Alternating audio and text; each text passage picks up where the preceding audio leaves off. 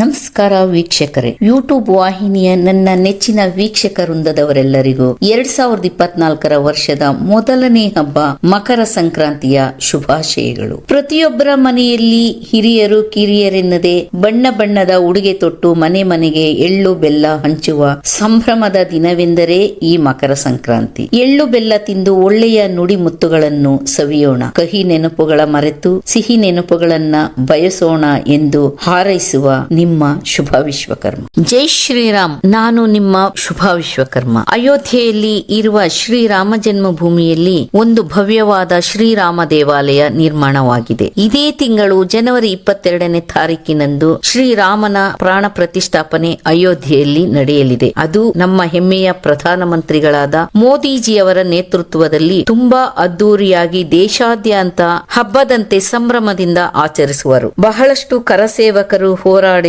ಫಲದಿಂದ ಅದು ಇಷ್ಟು ವರ್ಷ ಪಟ್ಟಿರುವ ಶ್ರಮ ಕಷ್ಟ ಇದಕ್ಕೆಲ್ಲ ನಮ್ಮ ಬೆಂಬಲ ಇದೆ ಅಂತ ಹೇಗೆ ತೋರಿಸುವುದು? ಅದಕ್ಕಾಗಿ ನಾವು ನಮ್ಮ ಊರಿನ ಯಾವುದಾದರೂ ಶ್ರೀರಾಮನ ದೇವರ ಮಂದಿರಕ್ಕೆ ಹೋಗಿ ಕೈ ಮುಗಿದರೂ ಪರವಾಗಿಲ್ಲ, ಅಥವಾ ಮನೆಯಲ್ಲಿ ದೇವರ ಗುಡಿಯಲ್ಲಿ ಮಂತ್ರಾಕ್ಷತೆ ಇಟ್ಟು ಪೂಜೆ ಸಲ್ಲಿಸಿ ಉತ್ತರ ದಿಕ್ಕಿನಲ್ಲಿ 5 ದೀಪಗಳನ್ನು ಹಚ್ಚಿ ಬೆಳಗುವುದರಿಂದ ನಾವು ದೇವರಲ್ಲಿ ಸಂಕಲ್ಪ ಮಾಡಿದಷ್ಟೇ ಅನುಗ್ರಹವಾಗುತ್ತದೆ. ಆದ್ದರಿಂದ ನಾವು ಅಯೋಧ್ಯೆಗೆ ಹೋಗಲು ಸಾಧ್ಯವಿಲ್ಲದ ಕಾರಣ ಪ್ರತಿಯೊಬ್ಬರು ತಮ್ಮ ಅಳಿಲು ಸೇವೆ ಅಂತ ಭಾವಿಸಿ ಶ್ರೀರಾಮನ ಕೃಪೆಗೆ ಪಾತ್ರರಾಗಿ. ಇನ್ನೊಂದು ವಿಚಾರ, ಪ್ರತಿಯೊಬ್ಬರ ಮನೆಗೆ ಆ ದಿನ ಪ್ರಸಾದ ಬರಲಿದೆ. ಇನ್ನೇನು ಬೇಕು ಹೇಳಿ? ನಾವೆಲ್ಲರೂ ಹೆಮ್ಮೆಯ ಭಾರತೀಯರು ಹೆಮ್ಮೆಯ ಹಿಂದೂ ಹಬ್ಬವನ್ನು ಸಂಭ್ರಮದಿಂದ ಆಚರಿಸೋಣ. ಸಾಲಿಗ್ರಾಮ ತಾಲೂಕು ಕರ್ನಾಟಕ ಪ್ರೆಸ್ ಕ್ಲಬ್ನ ನೂತನ ಸಂಘ ಉದ್ಘಾಟನೆ, ಪತ್ರಿಕಾ ರಂಗದ ಸಾಧಕರಿಗೆ ಸನ್ಮಾನ. ಸಾಲಿಗ್ರಾಮದ ಪ್ರಜಾಪ್ರಭುತ್ವದ 4ನೇ ಅಂಗವಾಗಿರುವ ಪತ್ರಿಕಾ ರಂಗವು ಸತ್ಯವನ್ನು ಹೊರಗೆ ತರುವ ಮೂಲಕ ಸಮಾಜ ಹಾಗೂ ರಾಜಕಾರಣಿಗಳನ್ನು ಸರಿಯಾದ ದಾರಿಯಲ್ಲಿ ಸಾಗುವಂತೆ ಮಾಡುವಲ್ಲಿ ಪ್ರಮುಖ ಪಾತ್ರ ವಹಿಸಿದೆ ಎಂದು ಶಾಸಕ ಡಿ ರವಿಶಂಕರ್ ಹೇಳಿದರು. ಸಾಲಿಗ್ರಾಮ ಪಟ್ಟಣದಲ್ಲಿ ಸಾಲಿಗ್ರಾಮ ತಾಲೂಕು ಕರ್ನಾಟಕ ಪ್ರೆಸ್ ಕ್ಲಬ್ನ ನೂತನ ಸಂಘವನ್ನು ಉದ್ಘಾಟಿಸಿ ಮಾತನಾಡಿದ ಅವರು, ಪತ್ರಕರ್ತರು ಸಮಾಜದ ನಿಜವಾದ ಕಣ್ಣುಗಳಾಗಿದ್ದಾರೆ. ಸಮಾಜದ ನೈಜಕತೆ ಮತ್ತು ಓರೆಕೋರೆಗಳನ್ನು ತಮ್ಮ ಮೊನಚಾದ ಲೇಖನಿಯಿಂದ ಜನಸಾಮಾನ್ಯರಿಗೆ ಮುಟ್ಟಿಸುವಲ್ಲಿ ಪತ್ರಕರ್ತರು ಹಗಲಿರುಳು ಶ್ರಮಿಸುತ್ತಾರೆ ಎಂದು ಹೇಳಿದರು. ಕರ್ನಾಟಕ ಪ್ರೆಸ್ ಕ್ಲಬ್ನ ರಾಜ್ಯಾಧ್ಯಕ್ಷ ದಯಾನಂದ್, ಕನ್ನಡ ಸಾಹಿತ್ಯ ಪರಿಷತ್ ಅಧ್ಯಕ್ಷ ಮಧುಚಂದ್ರ ಮಾತನಾಡಿದರು. ನಂತರ ಮೈಮೂಲ್ ನಿರ್ದೇಶಕರು ಮತ್ತು ಮಾಜಿ ಅಧ್ಯಕ್ಷರು ಎಟಿ ಸೋಮಶೇಖರ್, ತಿಪಟೂರಿನ ಡಾಕ್ಟರ್ ಭಾಸ್ಕರ್ ಹಾಗೂ ಮಹಿಳಾ ಪತ್ರಕರ್ತರಾದ ಜ್ಯೋತಿ ಜೈಸಿನ್ ಕುಮಾರ್ ಅವರಿಗೆ ಸನ್ಮಾನಿಸಲಾಯಿತು. ಕಾರ್ಯಕ್ರಮದಲ್ಲಿ ಕರ್ನಾಟಕ ಪ್ರೆಸ್ ಕ್ಲಬ್ನ ಕಾರ್ಯದರ್ಶಿ ರಮೇಶ್, ನಿವೃತ್ತ ಶಿಕ್ಷಕ ಸಾರಾ ರಾಮೇಗೌಡ, ಪಿಡಿಒ ಮಂಜುನಾಥ್, ಗ್ರಾಮ ಪಂಚಾಯಿತಿ ಅಧ್ಯಕ್ಷೆ ಫಾತಿಮಾ ಉನಿಸ್, ಲಾಲು ಸಾಬ್, ದತ್ತುನಹಳ್ಳಿ ಪಾಲಾಕ್ಷ್, ಹ್ಯಾಡ್ ಮಹಾದೇವಸ್ವಾಮಿ, ಚಂದ್ರಶೇಖರ್, ಚೆನ್ನಕೇಶ್ವ, ಬ್ಲಾಕ್ ಕಾಂಗ್ರೆಸ್ ಅಧ್ಯಕ್ಷ ಉದಯಶಂಕರ್, ಡೈರಿ ಮಾಧು, ಅಶ್ವಥ್, ಗೌರಮ್ಮ, ಬಾಲಮನೋಹರ್, ಸಂಘದ ಅಧ್ಯಕ್ಷ ಎಸ್ಆರ್ ಪ್ರಕಾಶ್, ಉಪಾಧ್ಯಕ್ಷ ಸಿಆರ್ ಮಣಿಕಂಠ, ಪ್ರಧಾನ ಕಾರ್ಯದರ್ಶಿ ಸತೀಶ್, ಸಂಘಟನಾ ಕಾರ್ಯದರ್ಶಿ ಮಂಜುನಾಥ್, ಕಾರ್ಯದರ್ಶಿ ಗಂಗಾಧರ್, ಖಜಾಂಜಿ ಪ್ರಕಾಶ್, ಸಂಚಾಲಕ ಬ್ರಿಜೇಶ್, ಕಾರ್ಯದರ್ಶಿಗಳಾದ ಅವಿನಾಶ್, ಚೇತನ್, ಅಮಿತ್ ಇದ್ದರು. ಶ್ರೀರಾಮ ಜನ್ಮಭೂಮಿ ಅಯೋಧ್ಯೆಯಲ್ಲಿ ನಿರ್ಮಾಣವಾಗಿರುವ ಭವ್ಯ ರಾಮನ ಮಂದಿರದಲ್ಲಿ ಇದೇ ತಿಂಗಳು ಜನವರಿ 22ನೇ ತಾರೀಖಿನಂದು ಶ್ರೀರಾಮಮೂರ್ತಿ ಪ್ರತಿಷ್ಠಾಪನೆ ಅಯೋಧ್ಯೆಯಲ್ಲಿ ನಡೆಯಲಿದೆ. ಈ ಪ್ರತಿಷ್ಠಾಪನೆಯು ದೇಶಾದ್ಯಂತ ಒಂದು ಹಬ್ಬದಂತೆ ಸಂಭ್ರಮದಿಂದ ಆಚರಿಸುವುದಾಗಿದ್ದು, ಇಷ್ಟು ವರ್ಷ ಕರಸೇವಕರು ಪಟ್ಟ ಶ್ರಮಕ್ಕೆ ಇದು ಒಂದು ಫಲಿತಾಂಶವಾಗಿದೆ. ರಾಮಮೂರ್ತಿ ಪ್ರಾಣ ಪ್ರತಿಷ್ಠಾಪನೆಯ ಸಮಯದಲ್ಲಿ ಭಕ್ತರು ಪ್ರತಿ ಊರಿನ ಯಾವುದಾದರೂ ಶ್ರೀರಾಮ ಮಂದಿರಕ್ಕೆ ಹೋಗಿ ಕೈ ಮುಗಿದು ಅಥವಾ ಮನೆಯಲ್ಲಿಯೇ ದೇವರ ಗುಡಿಯಲ್ಲಿ ಮಂತ್ರಾಕ್ಷತೆ ಇಟ್ಟು ಉತ್ತರ ದಿಕ್ಕಿನಲ್ಲಿ 5 ದೀಪಗಳನ್ನು ಹಚ್ಚಿ ಬೆಳಗುವುದರಿಂದ ನಾವು ದೇವರಲ್ಲಿ ಸಂಕಲ್ಪ ಮಾಡಿದಷ್ಟೇ ಅನುಗ್ರಹವಾಗುತ್ತದೆ. ಆದ್ದರಿಂದ ತಿಪಟೂರಿನ ಕರಸೇವಕರಾದ ಹಿರಿಯ ಪತ್ರಕರ್ತರಾದ ಡಾಕ್ಟರ್ ಭಾಸ್ಕರ್ ಅವರು ನಗರದ ಶಿವಕುಮಾರ್ ಸ್ವಾಮೀಜಿ ವೃತ್ತ ಬಳಿ ಇರುವ ಹಾಸನ ಸರ್ಕಲ್ ಬಳಿ ಇರುವ ಭಾಸ್ಕರ್ ಪತ್ರಿಕೆ ಕಚೇರಿಯಲ್ಲಿ ಜನವರಿ 22ರಂದು 12 ಗಂಟೆಗೆ ಸರಿಯಾಗಿ ಶ್ರೀರಾಮ ಭಾವಚಿತ್ರಕ್ಕೆ ಪೂಜೆ ನೆರವೇರಿಸಲಾಗುವುದು. ಶ್ರೀರಾಮನ ಎಲ್ಲಾ ಭಕ್ತಾದಿಗಳು ಪೂಜೆಯಲ್ಲಿ ಭಾಗವಹಿಸಿ ರಾಮನ ಕೃಪೆಗೆ ಪಾತ್ರರಾಗಿ ಎಂದು ಭಾಸ್ಕರ್ ಪತ್ರಿಕಾ ಬಳಗದ ವತಿಯಿಂದ ಕರೆ ನೀಡಿದ್ದಾರೆ. ಪೂಜೆಯ ನಂತರ ಪ್ರಸಾದ ವಿನಿಯೋಗ ಮಾಡಲಾಗುವುದು. ದಿನಾಂಕ 12/1/2024ರಂದು ಮೈಸೂರು ಜಿಲ್ಲೆ ಸಾಲಿಗ್ರಾಮಕ್ಕೆ ತಿಪಟೂರಿನ ಹಿರಿಯ ಪತ್ರಕರ್ತರು ಹಾಗೂ ಭಾಸ್ಕರ್ ಪತ್ರಿಕೆಯ ಸಂಪಾದಕರಾದ ಡಾಕ್ಟರ್ ಭಾಸ್ಕರ್ ಹಾಗೂ ಭಾಸ್ಕರ್ ಯೂಟ್ಯೂಬ್ನ ವಾಚಕರಾದ ಶ್ರೀಮತಿ ಶುಭಾ ವಿಶ್ವಕರ್ಮರವರು, ದಿವಂಗತ ಶ್ರೀಮತಿ ಪಾರ್ವತಮ್ಮ ಡಾಕ್ಟರ್ ರಾಜ್ಕುಮಾರ್ ಅವರ ಸಹೋದರ, ಚಲನಚಿತ್ರ ನಿರ್ಮಾಪಕರು ಹಾಗೂ ಶ್ರೀ ಯೋಗ ನರಸಿಂಹ ಸ್ವಾಮಿ ವಿದ್ಯಾಸಂಸ್ಥೆಯ ಅಧ್ಯಕ್ಷರು ಆದ ಶ್ರೀ ಎಸ್.ಎ. ಚಿನ್ನೇಗೌಡರ ಶಾಲೆಗೆ ಭೇಟಿ ಕೊಟ್ಟು ಈ ಸಂಸ್ಥೆಯ ಆಡಳಿತ ಮಂಡಳಿಯ ಕಾರ್ಯದರ್ಶಿಗಳಾದ ಎಸ್.ಎಂ. ಪ್ರೇಮ್ ಕುಮಾರ್ ಜೈನ್, ಎಸ್.ವಿ. ಗುಣಚಂದ್ರ ಕುಮಾರ್ ಜೈನ್, ಜ್ಯೋತಿಸ್ ಜೈಸೇನ್, ಶ್ರೀ ಕೃಪಾ ಹಾಗೂ ಮುಖ್ಯ ಶಿಕ್ಷಕರಾದ ಸುರೇಶ್ ಮತ್ತು ಸಹ ಶಿಕ್ಷಕರಿಗೆ ಅಯೋಧ್ಯೆಯ ಶ್ರೀರಾಮನ ಮಂತ್ರಾಕ್ಷತೆ ಮತ್ತು ಕರಪತ್ರವನ್ನು ನೀಡಿ ಅದರ ಬಗ್ಗೆ ವಿವರಣೆ ನೀಡಿದರು. ನಂತರ ಭಾಸ್ಕರ್ ಅವರ ಸಹೋದ್ಯೋಗಿಯಾದ ನಿವೃತ್ತ ಶಿಕ್ಷಕ ವೆಂಕಟೇಶ್ ಅವರೊಂದಿಗೆ ಸಾಲಿಗ್ರಾಮಕ್ಕೆ 3 ಕಿಲೋಮೀಟರ್ ಸಮೀಪದಲ್ಲಿರುವ ಪ್ರವಾಸಿ ತಾಣವಾಗಿರುವ ಚುಂಚನಕಟ್ಟೆಗೆ ಭೇಟಿ ನೀಡಿ ಅಲ್ಲಿನ ಪ್ರಸಿದ್ಧವಾದ ಶ್ರೀ ಶ್ರೀರಾಮ ದೇವಾಲಯಕ್ಕೆ ಹೋಗಿ ಪೂಜೆ ಸಲ್ಲಿಸಿ ರಾಮನ ಕೃಪೆಗೆ ಪಾತ್ರರಾದರು. ದೇವಾಲಯದ ಮುಂಭಾಗದಲ್ಲಿ ಕಪ್ಪು ಶಿಲೆಯಲ್ಲಿ ಕೆತ್ತಲಾದ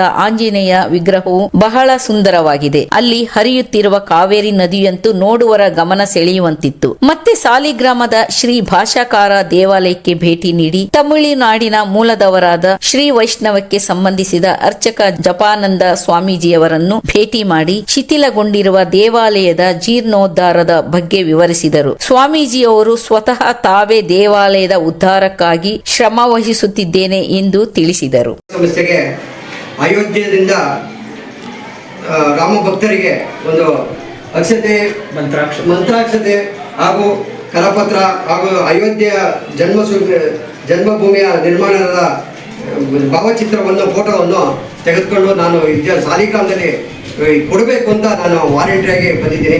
ಯಾಕೆಂದರೆ ನಾನು 82ರಲ್ಲಿ ಕರಸೇವೆಯಿಂದ ಸಾಲಿಗ್ರಾಮದಿಂದ ನಾನು ಕರಸೇವೆಗೆ ಹೋಗಿ ಅಲ್ಲಿ ಕರಸೇವೆ ಮುಗಿಸ್ಕೊಂಡು ಇಲ್ಲಿ ಬಂದಿದ್ದೆ. ಬಂದು ಕೆಲಸ ಮಾಡ್ತಾ ಇದ್ದೀನಿ. ಮತ್ತೆ ಪತ್ರಿಕೆಯಲ್ಲೂ ವರದಿಗಾರ್ತಿಯಾಗಿ ಕೆಲಸ ಮಾಡ್ತಾ ಇದ್ದೀನಿ. ಈ ಜನವರಿ 22ರಂದು ನಿಮ್ಗೆಲ್ರಿಗೂ ಗೊತ್ತಿರೋ ವಿಚಾರನೇ, ನಮ್ಮ ಅಯೋಧ್ಯೆಯಲ್ಲಿ ಶ್ರೀರಾಮನ ಪ್ರಾಣ ಪ್ರತಿಷ್ಠೆಯನ್ನ ಮಾಡ್ತಾ ಇರೋದು ಎಲ್ಲರಿಗೂ ಗೊತ್ತಿದೆ. ಆದರೂ ಈಗ ನಾವು ಅಲ್ಲಿ ಹೋಗೋಕ್ಕಾಗಲ್ಲ. ಹಾಗಾಗಿ ನಮಗೆ ಅಲ್ಲಿಂದ ಅಕ್ಷತೆಯನ್ನ ನಮಗೆ ಕಳಿಸ್ಕೊಟ್ಟಿರೋದ್ರಿಂದ ನಾವು ಆ ಅಕ್ಷತೆಯನ್ನೇ ನಾವು ದೇವರು ಅಂತೇಳಿ ನಮ್ಮ ಮನೆಯಲ್ಲಿ ನಾವು ಪೂಜೆ ಮಾಡಿ ಆ ದಿನ ನಾವು ನಮ್ಮ ದೇವಸ್ಥಾನದಲ್ಲೋ ಅಥವಾ ನಮ್ಮ ಮನೆಯಲ್ಲೋ ಅದು ಯೂಟ್ಯೂಬ್ ನಿಮ್ಮ ಇದರಲ್ಲಿ ಟಿವಿಯಲ್ಲಿ ಆ ರಿಲೇನ ಪೂರ್ತಿ ನಿಮ್ಮ ಮನೆಯಲ್ಲೇ ನೋಡ್ಬೋದು. ಹೋಗೋಕ್ಕಾಗದೇ ಇರೋದ್ರಿಂದ ನಾವು ಅಕ್ಷತೆಯನ್ನು ಪೂಜೆ ಮಾಡಿ ಆ ದಿನ ನಾವು ಅಲ್ಲೇ ಮನೆಯಲ್ಲೇ ಕುಳಿತು ಆ ದೇವ್ರನ್ನ ಅಲ್ಲಿಂದನೇ ನೋಡ್ಬೋದು.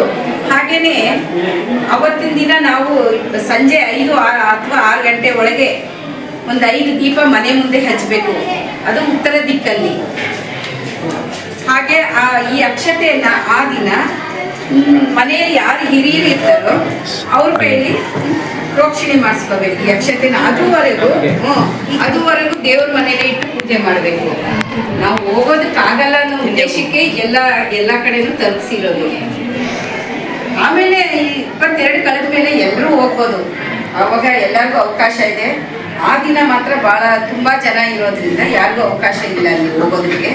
ಅದುವರೆಗೂ ನಾವು ನಮ್ಮ ಟಿವಿಯಲ್ಲೇ ನೋಡ್ಕೋಬೋದು. ಟಿವಿಯಲ್ಲೇ ಎಲ್ಲ ರಿಲೇ ಕೊಡ್ತಾರೆ. ಅದನ್ನೆಲ್ಲ ನಾವು ಅವರು ದೇವಸ್ಥಾನದಲ್ಲಿ ಹಾಕ್ಕೊಂಡು ಅವ್ರು ನೋಡ್ಬೋದು. ಒಟ್ಟು ಆ ದಿನ ಎಲ್ಲರೂ ಅವರವ್ರ ಊರಿನಲ್ಲಿ ದೇವಸ್ಥಾನದಲ್ಲಿ ಭಜನೆ, ಶ್ರೀರಾಮನ ಭಜನೆ ಮಾಡ್ಕೊಂಡು ಧ್ಯಾನ ಮಾಡಬೇಕು ಅವತ್ತಿನ ದಿವಸ. ಒಟ್ಟು ಈ ಅಕ್ಷತೆಯನ್ನು ನಾವು ಪೂಜೆ ಮಾಡೋದ್ರಿಂದ ಏನೋ ನಮಗೆ ಒಂದು ದೇವರು ನಮಗೊಂದು ತುಂಬ ಆಶೀರ್ವಾದ ಸಿಗುತ್ತೆ ಅನ್ನೋ ಒಂದು ಉದ್ದೇಶಕ್ಕೆ ನಮ್ಮನ್ನು ಎಲ್ಲರಿಗೂ ಊರಿಗೂ ತಲುಪಿಸಿದ್ದಾರೆ. ಆಗಲಿ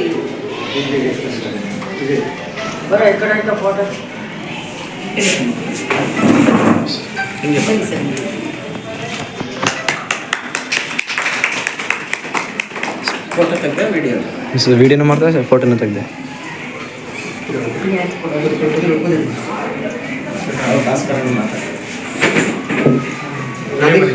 ನನಗೆ ಇದು ಇವತ್ತು ಒಂದು ಪುಣ್ಯ ದಿನ ಅಂತ ಅನ್ಸ್ಕೊತಾ ಇದ್ದೀನಿ. ಯಾಕೆಂದರೆ ನಮ್ಮ ಗುಣಚಂದ್ರ ಕುಮಾರ್ ಅವರು ನನಗೆ ಮಧ್ಯಾಹ್ನ ನಿನ್ನೆ ಸಂಜೆ ಫೋನ್ ಮಾಡಿದರು. ಆವಾಗ ಶ್ರೀ ಯೋಗ ನರಸಿಂಹ ಸ್ವಾಮಿ ವಿದ್ಯಾಸಂಸ್ಥೆಯಲ್ಲಿ ಇವತ್ತೊಂದು ಕಾರ್ಯಕ್ರಮ ಇದೆ, ಆ ಕಾರ್ಯಕ್ರಮಕ್ಕೆ ನೀವು ಇದು ಮಾಡಬೇಕು ಅಂತ